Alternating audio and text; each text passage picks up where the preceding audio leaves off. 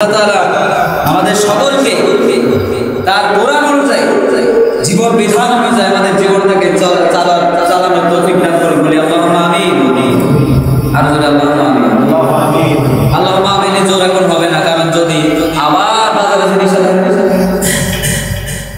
সামনে বসলাম এরকম করে ঝলছে সামনে প্যাকেট সিগারেটের কত লোক সামলাতে পারবে না। এখন আল্লাহুম্মা আমিন বলে ধরা গিয়ে যায়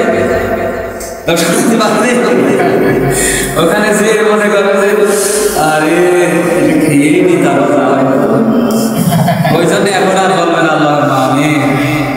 আমি আপনাদেরকে শোনাচ্ছি, দেখেন ওরা প্রথমে ওখানে দেওয়া আছে কলকি দেব বিষ্ণু যশস্যে, অর্থাৎ এটা আছে কলকি কোরআনের গীতার একটি খণ্ডাংশ, কলকি কোরআনের প্রথম অংশ।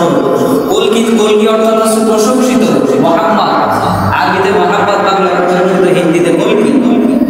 দেব মানে দেবতা, বিষ্ণু যশস্যে, বিষ্ণু মানে খোদা, যশস্যে মানে গোলাম। এখন খোদার গোলাম আরবিতে কি হয়? আব্দুল্লাহ। আব্দ মানে গোলাম, আল্লাহ মানে আল্লাহ, আল্লাহর গোলাম আব্দুল্লাহ, বাংলায় আল্লাহর গোলাম, আরবিতে আব্দুল্লাহ। এই ভাষায় বিষ্ণু যশা, তার মানে আব্দুল্লাহর ঘরে যে মুহাম্মদ নামে একজন নবী আসবে, সেটা তারা 4,500 বছর আগে থেকে নামাজ পড়ছেন। আমি একজন মেম্বার মানুষ, নামাজটা পড়লে কি হবে না ঠিক নাই, নামাজটা পড়ে যে লোকজন থেকে পড়ে দেবে। এক ওয়ার্ডে 5-7টা হচ্ছে, দেখ আসলে নামাজ 5-7 জায়গায় পড়তে হবে। এইখান থেকে একটা জামাত ধরে যে আরেক মসজিদে আরেক জামাত ধরে দেবে। এবার সাথে যদি লোক থাকে কি ব্যাপার, স্যার আপনি একটা নামাজ পড়িয়েছেন, নামাজ পড়লে ক্ষতি কি? পড়লে আরো সোয়াব। কথা বোঝা যায়? তো এই নামাজ কার জন্য হইল? আল্লাহর জন্যে লোক দেখানো না। এরপরে অন্য মসজিদে যে আবার নিজেরা নামাজ পড়বে, পড়ে দেখাবে, দেখো আমরা মেম্বার হবো, ভোট দিয়ে নামাজ আছে। ইন্না সলাতি ওয়া নুসুকি ওয়া মাহইয়ায়া ওয়া মামাতি লিল্লাহি রাব্বিল আলামিন। আল্লাহ বলেন, কুল বলো, ইন্না নিশ্চয় সলাতি আমার নামাজ, কুল ইন্না সলাতি নিশ্চয় বলো, নিশ্চয় আমার নামাজ, ওয়া নুসুকি এবং আমার কুরবানি, কুল ইন্না সলাতি ওয়া নুসুকি ওয়া মাহইয়ায়া ওয়া মামাতি লিল্লাহ, সবই আল্লাহ থেকে আল্লাহর জন্য, রাব্বিল আলামিন, যিনি আমাদের সৃষ্টি করেছেন।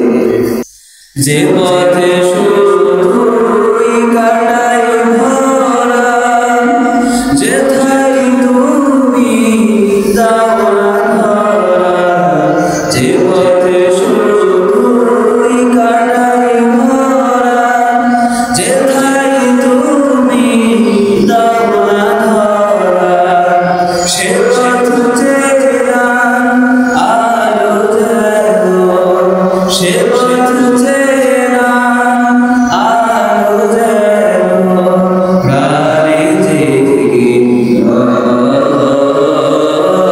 তোমার কালাম জোরে জোরে মরণ যেন।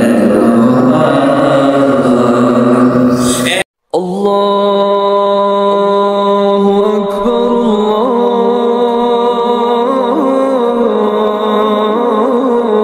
আল্লাহু আকবার।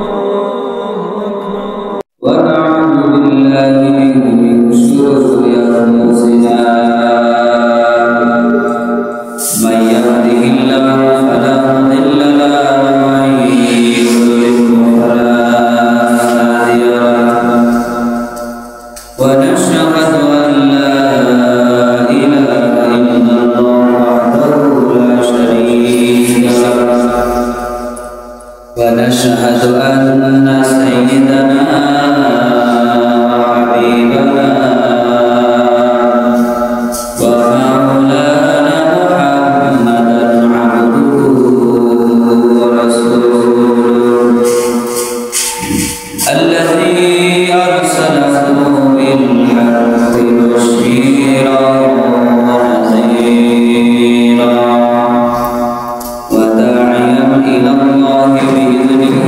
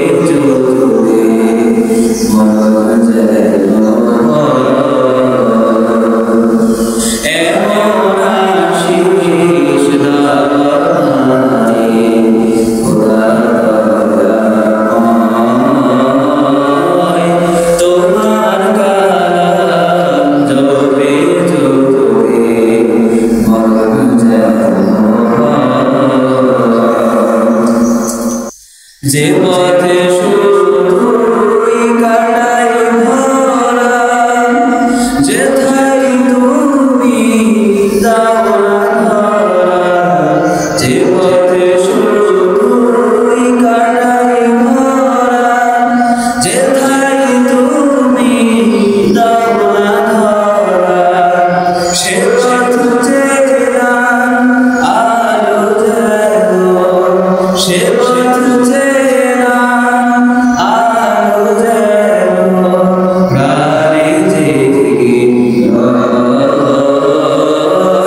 তোমার কালাম জোরে জোরে মরণ যেন হয়। এমন আশিস রে খোদা দয়াময়, তোমার কালাম জোরে জোরে মরণ যেন হয়। আলহামদুলিল্লাহ আলহামদুলিল্লাহিল্লাযী ওয়াসসালাতু ওয়াসসালামু আলা রাসূলিহিল কারীম। আমরা সবাই প্রথমে শুকরিয়া আদায় করি সে আল্লাহর দরবারে যিনি আমাদেরকে তার প্রিয় কর্মসূচির ভিতরে আসার বসার তৌফিক দান করলেন। সকলে বলছি আলহামদুলিল্লাহ।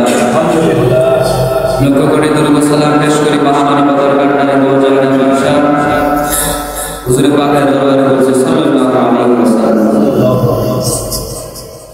সম্মানিত মুসল্লিয়ানে কিরাম, আপনারা সবাই কেমন আছেন? আজ 2টা সপ্তাহ আপনাদের সাথে আমার দেখা হয়নি। যাক, আবার দেখা হয়ে গেল, আলহামদুলিল্লাহ। মূলত সবসময় নিরামিষ খেলে হয়ে গেল, আমাদের আমিষ খেলে হয়ে গেল। সবসময় এক জায়গায় কথা শুনে শুনে বা শুনে শুনে আপনাদেরকে আমাদের নিত হয়ে গেছে।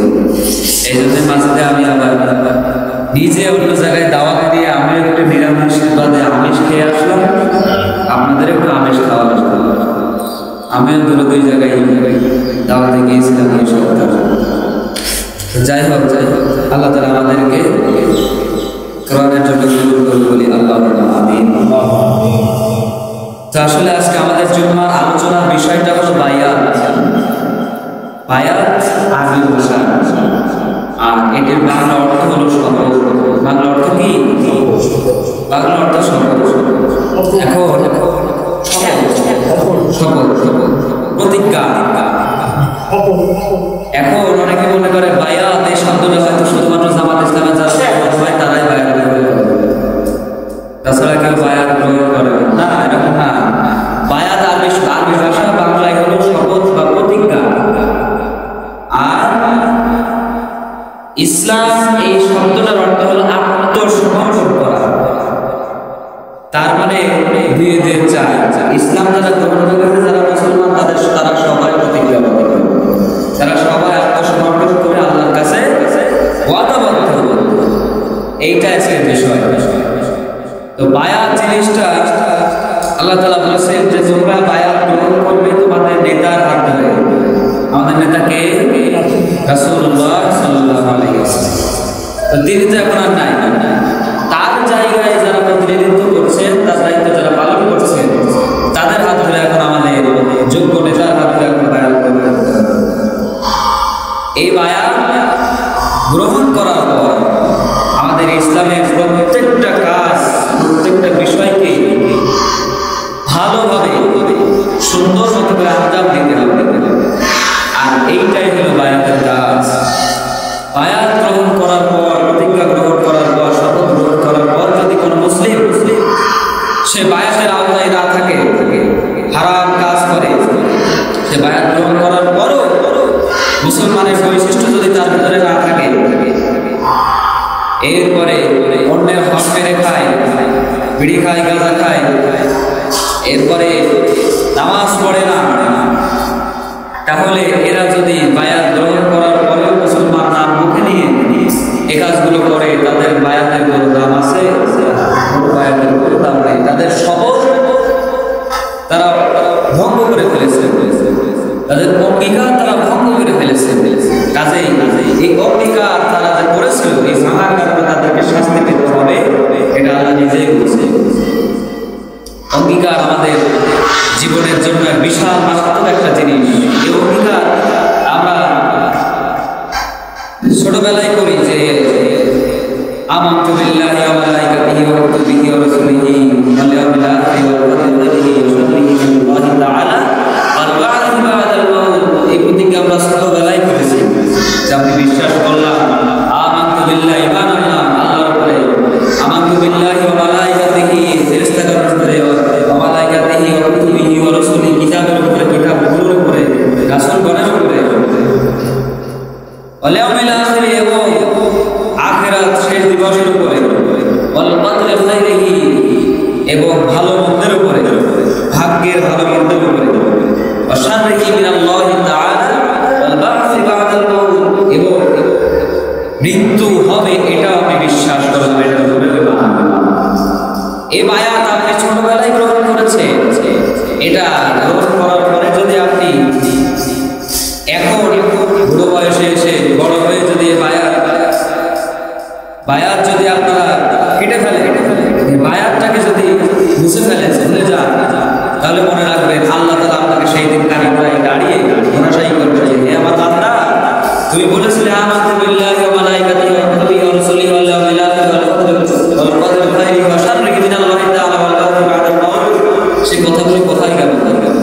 তখন আপনি কোনো জবাব দিতে পারবেন না, তখন আপনি নির্জবাব হয়ে যাবেন। কাজে আল্লাহর কাছে ভরসাই হওয়া যাবে, আল্লাহর কাছে ভরসাই যাবে না হতে হয় সে চেষ্টা করতে হবে। কথা বুঝতে পারছেন তো? আল্লাহ তাআলা রাব্বুল আলামিন সূরাতুল ফাতহ 111 নম্বর সূরা, কয় নম্বর সূরা?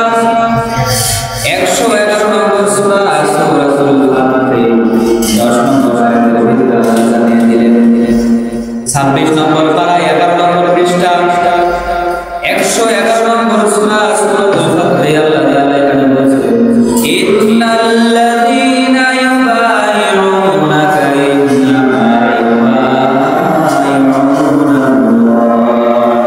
ইয়াদুল্লাহি ফাওকা আইদিহিম ফামান নাকাযা ইন্নামা ইয়ানকুসু আলা নাফসিহি ওয়া মান আওফা বিমা আহাদা আলাইহি আল্লাহু ফাসায়ুতিহি আজরান আযীমা।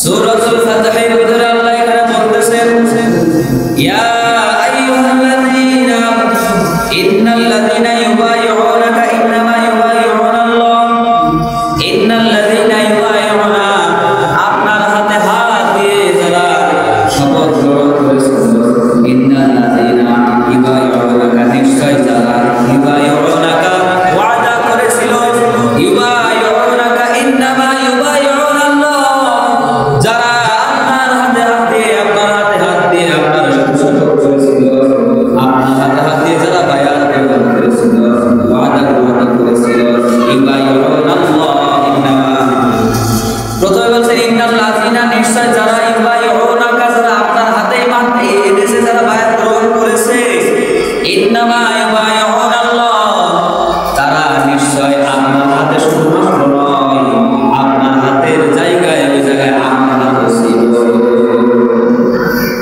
সুবহানাল্লাহ বলেন সুবহানাল্লাহ। আল্লাহ সুন্দর করে জানাছে ইউবাইউনাল্লাহ, আল্লাহ কিন্তু এই শব্দ না দিতেও পারতেন, আল্লাহ কিন্তু ইন্নাল্লাযীনা ইউবাইউনাকা এটুকু দিয়ে থেমে যেত।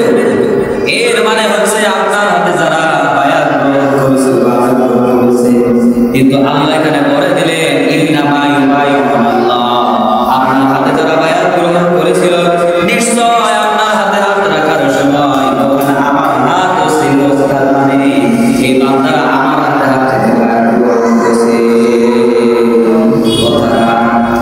আমার কথা বিশ্বাস না হলে বাড়িতে বিলাবেন সূরাতুল আল-ফাত 111 নম্বর সূরা 26 নম্বর পারা 11 নম্বর পৃষ্ঠা 10 নম্বর আয়াত। আল্লাহ এখানে পরিষ্কার করে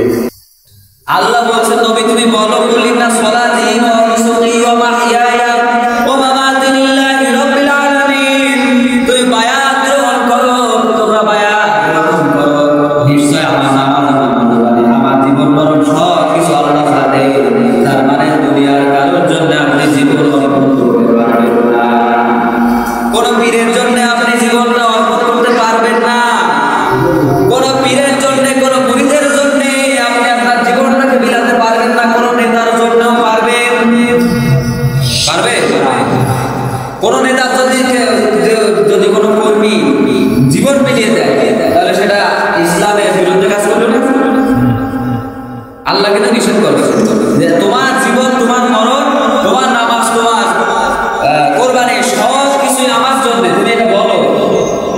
তার মানে আপনি যে নামাজ পড়ছেন, আমি একজন মেম্বার মানুষ, নামাজ না পড়লে কি হবে না? ঠিক নাই, নামাজটা পড়ে যে লোকজন থেকে পড়তে হবে। এক ওয়ার্ডে 5-7টা মসজিদ, এক আসরের নামাজ 5-7 জায়গায় পড়তে হবে। এখান থেকে একটা জামাত ধরে যে আরেক মসজিদে আরেক জামাত ধরতে হবে। এবার সাথে যদি লোক থাকে কি ব্যাপার, একবার নামাজ পড়িয়েছেন, নামাজ পড়লে ক্ষতি কি? পড়লে আরো সোয়াব। কথা বোঝা যায়? তো এই নামাজ কার জন্য হইল? আল্লাহর জন্য। লোক দেখানো না।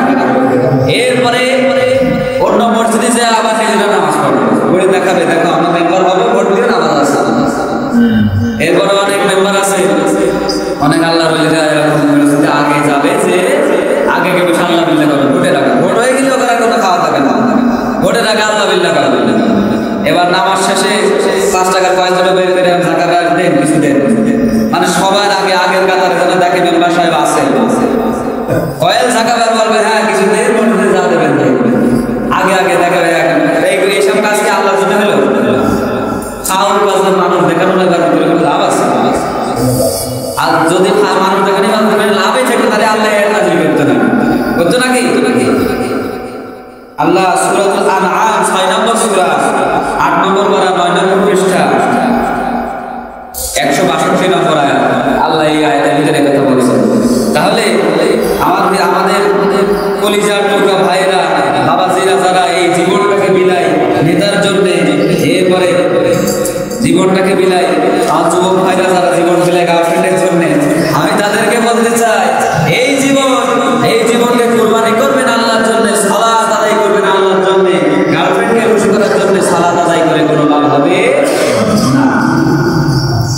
আমার সম্মানিত মুসল্লিয়ান একরাম, আমার ভাইয়েরা, এবার আয়াতের গুরুত্ব কেমন বোঝেন? এই যে ইসলাম, এই ধর্মটাকে সত্য না মিথ্যা, এই বিষয়ে আল্লাহ বললেন ইন্না দীনা ইনদাল্লাহিল ইসলাম, নিশ্চয় দিন আর দিন হিসেবে, ধর্ম হিসেবে আমি মনোনয়ন করলাম ইনদাল্লাহিল ইসলাম, ইসলামকে। তার মানে আল্লাহ কোরআনে যে সাক্ষ্য দিয়েছে, এই ইসলামকে আমাদের কায়েম করতে হবে, এই ইসলামের আয়াত আমাদেরকে গ্রহণ করতে হবে, এটা ছাড়া যাবে না। এই জন্য মনে রাখতে হবে ইসলাম যে সত্য ধর্ম, এটা আমাদের পুরো বিশ্ববাসী সবাই জানে কি জানে? ইসলাম যে সত্য ধর্ম, এটা কোরআন নাযিল হওয়ার 4000 বছর আগে থেকেও মানুষ জানে। 4500 বছর আগে এই যে আপনার হিন্দু সনাতন ধর্মের যে ধর্মগ্রন্থ গীতা, এই গীতা কোরআন নাযিলের 4500 বছর কথা কিন্তু মনোযোগ দিয়ে শুনে, কোরআন নাযিল হওয়ার 4500 বছর আগে গীতা নামক এই সনাতন ধর্মগ্রন্থ তৈরি করা হয়েছে। এখানেও ইসলাম ধর্মের সত্যতা ওরা বলে দিয়েছে। আল্লাহ রাসূল যে আসবে এটাও তারা বলে দিয়েছে যে হ্যাঁ রাসূল একজন আসবে।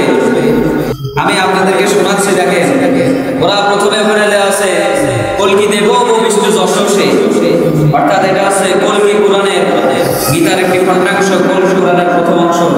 কলকি অর্থাৎ হচ্ছে প্রশংসিত, মুহাম্মদ, আরবিতে মুহাম্মদ, বাংলায় প্রশংসিত, হিন্দিতে কলকি।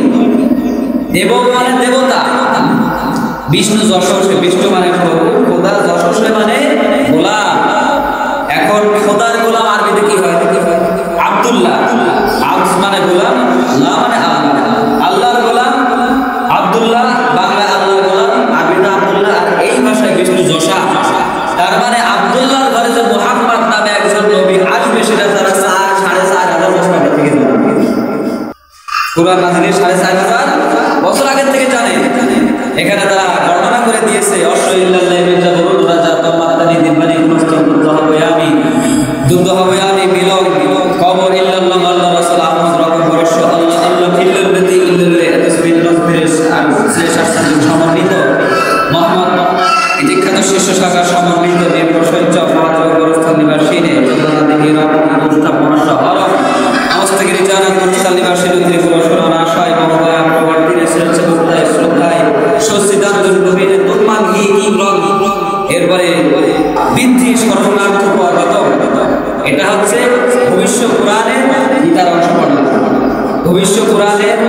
3 নম্বর অধ্যায়ের 5 থেকে 8 নম্বর শ্লোক। এই কোরআন এই কিতাবটা আবার 18 খণ্ড। এর ভিতরে একটা খণ্ড আছে ভবিষ্যৎ কোরআন। এই ভবিষ্যৎ কোরআনে 3 নম্বর অধ্যায়ের 5 থেকে 8 নম্বর শ্লোক আমি বলবো। এই শ্লোকের ভিতরে বলছে অশ্বইল্লাল্লাহ বিল্লাহ রুল্লাহ জাতাম মাতানি দিবানি মুরাসাদুল্লাহ হবে আমি কবর ইল্লাল্লাহ আল্লাহ আল্লাহ ইল্লাল্লাহ ইল্লাল্লাহ। এখানে একটু ভালো করে বলছেন কবর ইল্লাল্লাহ আল্লাহ রাসূল মুহাম্মদ রকম বরশ আল্লাহ আল্লাহ ইল্লাল্লাহ ইল্লাল্লাহ। তার মানে তারা পরিষ্কার করে বলে দিচ্ছে শেষ জামানায় এমন একজন নবী আসবে যিনি যথাসময় আহমদ নামে একজন জনৈক পুরুষ আসবে, একজন নবী আসবে যার আবাসস্থল হবে মরু অঞ্চলে অর্থাৎ মরুভূমিতে। আমাদের নবীর আবাসস্থল কোথায়? মরুভূমিতে, আরবে, সৌদি আরবে। এরপরে তারা বলছে তার সাথে সেই সংসর্গিত থাকবে, মানে সাহাবারা থাকবে। আল্লাহ নবীরা সাহাবারা থাকতো না।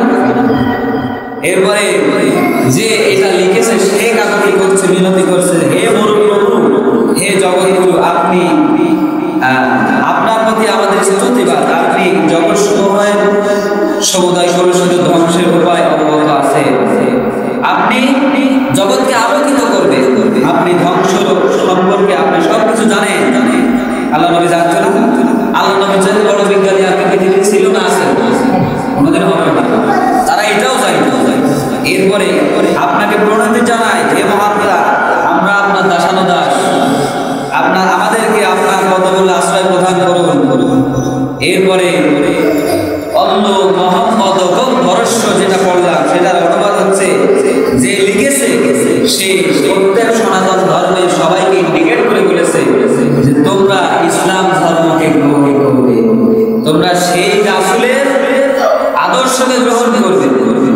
আল্লাহ রাসূল মুহাম্মদ রকম বরস্য, তোমরা সেটাকে গ্রহণ করবে। তার মানে এই যে গীতা যে তৈরি করেছে ওই মুসলমান, কিন্তু মুসলমান কিন্তু ওর পরবর্তী প্রজন্মের সবাইকে ইন্ডিকেট করে গিয়েছে তোমরা অবশ্যই রকম বরস্য, তোমরা বরণ করে নিবে ওই মুহাম্মদের আদর্শকে। এই গীতা দেখবেন সনাতন ধর্মের লোকে জিজ্ঞেস করে দেখেন একটা পারবে না, জীবনও পারবে না। আমাদের ভিতরে আমাদের এই যে কোরআন এই ধর্মগ্রন্থটা যত যেই নাম আলিফটা বলতে পারে, আলাদা পড়তে পারে, কিন্তু ওরা গীতার গম করতে পারবে না। আর যারা গীতা পড়ার পরে এই ব্যাখ্যাগুলো বুঝেছে তারা মুসলমান হয়ে গিয়েছে। যে আমাদের ধর্মগুলো যেহেতু আদর্শ আদর্শ মানতে বলে তাহলে মানতেই হবে, কিছু করার ওরা এটা বোঝার পরে মুসলমান বলেন সুবহানাল্লাহ। এই জন্য ইসলাম যে কি জিনিস, ইসলাম যে কি ধর্ম, এই ধর্মটা একেবারে কোরআন নাজিল হওয়ার পরে আসেনি। কোরআন নাজিল হওয়ার 4500 বছর আগে থেকে হিন্দুরাও জানে, আর এখন থেকে 6000 বছর আগে এই আগের কথাই গীতা লেখা, মুসা কোরআন লেখা। কয় হাজার বছর আগে? 6000 বছর আগের কথা। এখানে আমি অনেক কষ্ট করে ভাষাগুলো উচ্চারণ করেছি, আপনারা পারবেন না। আমি বলছি আপনারা আরেকবার শোনেন।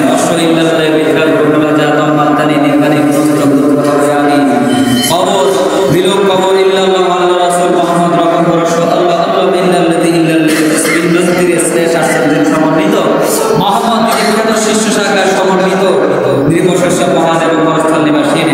আর বলছেন এখনো বহুত আছে, আমি অধ্যায়ের খণ্ডাংশ মোট 1 থেকে 14 পর্যন্ত শ্লোক আছে, কিন্তু আমি মাত্র 1 থেকে 8 পর্যন্ত শ্লোক পড়লাম। এই শ্লোকের ভিতরে পরিষ্কার করে বলা আছে যে ইসলাম কি জিনিস। তাহলে ইসলামের বায়াত আমরা তো ফিরে পাইছি না? সনাতন ধর্মের, খ্রিস্ট ধর্মের যারা আছে ওরা তো যারা গ্রহণ করে কষ্ট করে গ্রহণ করে, সনদ থাকা লাগে, আর আমরা তো ফিরে পাইছি। ঠিক কিনা কর আমরা ফিরে পেয়ে সেটার গুরুত্ব দেই না। আমি নোট করে নিয়ে আসছি আপনাদের বোঝানোর জন্য, কারণ এই ইসলামকে আমরা ফিরে পেয়ে দাম দিতে চাই না। মনে করে যে ফিরি ধর্ম ইসলাম, নামাজও পড়ছি, রোজাও রাখছে, সমানে ভিডিওটা সমানে পার্কে দেখাও করতে যাচ্ছে নাকি। এরপরে রাত্রিবেলা লেপের ভিতরে মুড়ি দিয়ে দিই, তুমি খাইছো, কেমন আছো, হ্যাঁ এরকম দেখা সাক্ষাৎ কথাবার্তাও চালাচ্ছে। তাহলে তার মাইয়াত কোথায় গেল, শপথ কোথায় গেল? না, এর নাম শপথ না। আপনি যদি শপথ গ্রহণ করার পরেও আল্লাহর দরবারে নিজেকে সুপর্দ না করতে পারে, জানবে আল্লাহ আপনাকে গ্রহণ করবে, আল্লাহ অবশ্যই আপনাকে ফেলে দিবে। আল্লাহ তাআলা রব্বুল আলামিনের পরে আরো বলছেন বালা ওয়া মান আওফা বিআহদিহি ওয়াত্তাকা ইন্নাল্লাহা ইউহিব্বুল মুত্তাকিন। এটা হলো সূরা আল ইমরান 3 নম্বর সূরা, 3 নম্বর সূরা সূরা আল ইমরান 3 নম্বর পারা 18 নম্বর পৃষ্ঠা। আল্লাহ এখানে বলেছেন বালা ওয়া মান আওফা বিআহদিহি, আর যে ওয়াদা পূর্ণ করবে, আল্লাহ সুসংবাদ দিচ্ছেন এই আয়াতের ভিতরে যে ওয়াদা পূর্ণ করবে বিআহদিহি ওয়াত্তাকা, এবং তাকওয়া অবলম্বন করবে, যে আমাকে ভয় করবে, যে ওয়াদা পূর্ণ করবে এবং আমাকে ভয় করবে। ওয়াত্তাকা ফাইন্নাল্লাহা ইউহিব্বু, নিশ্চয় আল্লাহ তাকে ভালোবাসবে, আর আল্লাহ তাআলা ইউহিব্বুল মুত্তাকিন, মুত্তাকিনদেরকে ভালোবাসে। আল্লাহ তাআলার প্রিয় বান্দা হয়ে যাবে সে লোক। এখন আপনি এবার চিন্তা করেন তো, আপনি এমন আল্লাহর ওলি, নামাজ পড়ছেন, রোজা রাখছেন, আবার বাতিলের পিছনে আপনি ধর্ণা দিচ্ছেন। নামাজ পড়ছেন, রোজা রাখছেন, বাতিল নেতার পিছনেও নানাই তাকবীর দিয়ে বেড়াচ্ছেন। আমার নেতা দিল, আমার নেতা, বোতল ভাই, বোতল ভাই, বোতল ভাই জেলখানায়, আমরা সিপাহী, মানে বোতল ভাই জেলখানায় যায় থাকা আপনাকে ছেড়ে। এইরকম নেতার পিছনে আপনি যদি ধর্ণা দিন, আপনার বায়াতের কোনো লাভ হলো? সবাই বলেন হলো? এইরকম নেতার পিছনে যদি আপনি ধর্ণা দেন, তাহলে আপনার বায়াতের কোনো লাভ হবে না। আর কাজেই তখন তো আপনি মুসলিমই থাকবেন না, আর যখন মুসলিম থাকবেন না তখন আপনার জন্য জাহান্নাম অবধারিত হয়ে যাবে। আপনাকে জাহান্নামে যেতে চান নাকি? অবশ্যই না। কাজেই আপনি বায়াত গ্রহণ করেছেন, আপনি মুসলমান, আপনি ইসলাম নামক দিনকে গ্রহণ করে আল্লাহর কাছে আপনি সমর্পণ করেছেন।